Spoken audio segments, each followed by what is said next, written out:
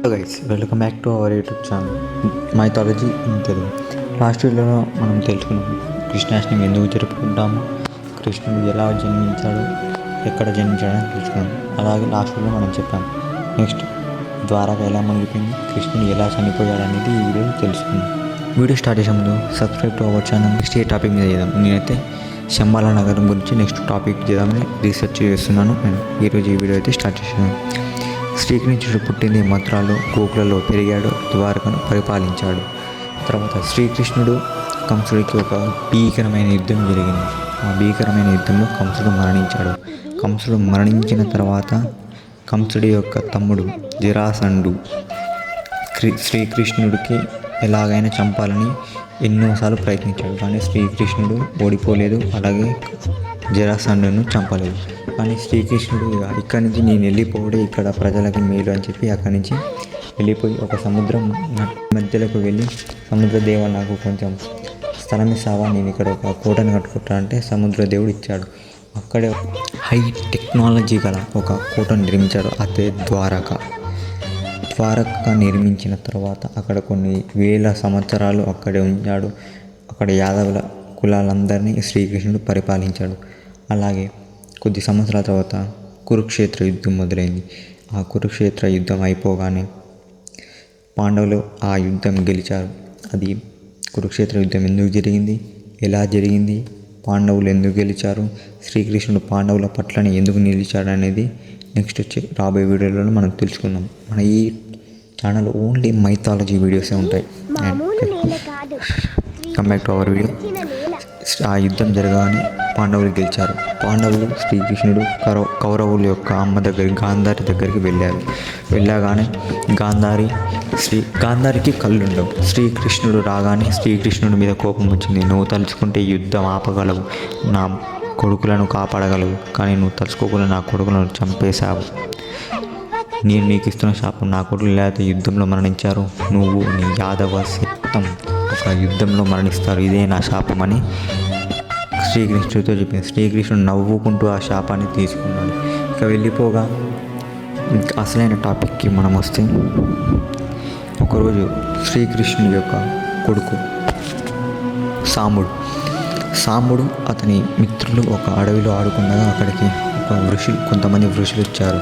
ఆ ఋషిని ఆట పట్టించాలని సాంబుడు ఒక గర్భవతి వేషాల దగ్గరికి వెళ్ళి, నాకు మగ పిల్లవాడు పుడతారు, ఆడపిల్ల పుడుతుందని అడగగా ఆ ఋషులకి అలా జ్ఞానంలో తెలిసింది ఇతను ఆట పట్టిస్తున్నాడని.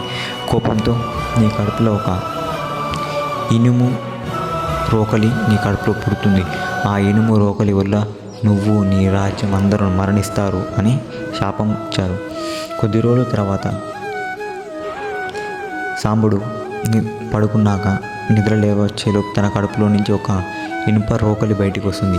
ఈ విషయం తెలుసుకున్న కృష్ణుడు వాళ్ళ తాత ఉగ్రసేనుడు ఆ గదని ఇనుప ముక్కలుగా చేసి సముద్రంలో పడేయమని ఒక భరుడికి చెప్పాడు. ఒక ఇనుప రోకలిని ముక్కలు వేసి సముద్రంలో పడేయగా అక్కడికి ఒక చేపల వేటగాడు వెళ్ళాడు. వల వేసాక ఒక ఇనుప ముక్క చేప నోట్లో ఇరుక్కుంది. ఆ చేప అతనికి దొరికింది. ఆ చేప నోట్లో ఉన్న ఇనుప ముక్కని తను ఒక ఆయుధంగా చేసుకుని ఒక బాణం తయారు చేసి అడవిలోకి వేటకెళ్ళాడు. అలా శ్రీకృష్ణుడు గాంధారి శాపం ఆలోచించుకుంటూ అడవిలో అరణ్యంలో అలా తిరుగుతుండగా ఒక దగ్గర విశ్రాంతి తీసుకున్నాడు. ఎప్పుడైతే వేటగాడు ఆ ఇనుప రోకలి ముక్కల ద్వారా చేసిన ఒక బాణాన్ని అక్కడ ఒక జింక కనిపిస్తున్న ఆ జింకకు వేశాడు. అది వెళ్ళి శ్రీకృష్ణుడి యొక్క బుడన వేలుకు తాకి శ్రీకృష్ణుడు అక్కడే మరణించాడు. ఆ యొక్క వేటగాడు అక్కడికి వెళ్ళి చూడగా జింక ఉందామని చూడగా శ్రీకృష్ణుడు ఉన్నాడు. అతను భయంతో అక్కడి నుంచి పారిపోయాడు. ఆ శ్రీకృష్ణుడు అక్కడే వదిలేసి అక్కడి నుంచి పారిపోయాడు. కృష్ణుడు అరణ్యంలోకి వెళ్ళే ముందు కొన్ని గమనించాడు. ద్వారకలో మనుషుల కంటే ఎక్కువ ఎలుకలు ఉండేవి. కొన్ని వింతైన సంఘటనలు జరిగాయి. శ్రీకృష్ణుడికి అర్థమైంది గాంధారి పెట్టిన శాపం ఒక ఫలితం మొదలైందని ఒక భరుడికి చెప్పి, ఇక్కడ జరిగేవన్నీ అర్జునుడికి చెప్పండి, అర్జునుడి ఇక్కడికి వెంటనే తీసుకురమ్మని చెప్పి శ్రీకృష్ణుడు అరణ్యంలోకి వెళ్ళి ఇలా మరణించాడు. ఎప్పుడైతే శ్రీకృష్ణుడు మరణించాడో శ్రీకృష్ణుడి యొక్క శవాన్ని మంటలో వేశారు. మంటలో వేసిన తర్వాత ఆ మంటలో శ్రీకృష్ణుని యొక్క శరీరం మొత్తం కాలిపోయింది, కానీ ఒక గుండె మాత్రమే మిగిలింది.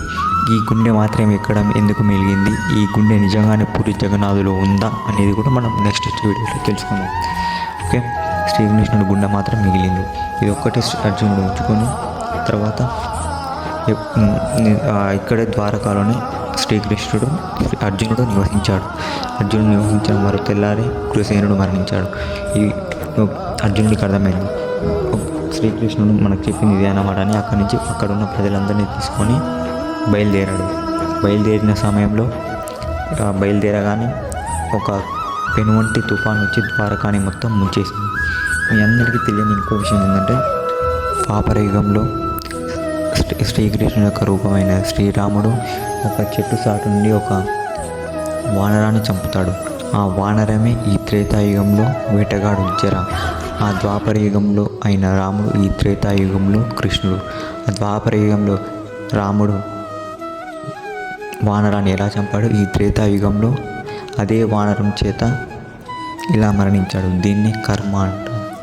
అండ్ నెక్స్ట్ వీడియో నేను శంబాల నగరం ఎక్కడుంది, దానికి నిజంగా శంబాల నగరం ఉందా, ఉంటే దారి ఎక్కడ అనేది నెక్స్ట్ వీడియోలో చేద్దామని నేను అనుకుంటున్నాను.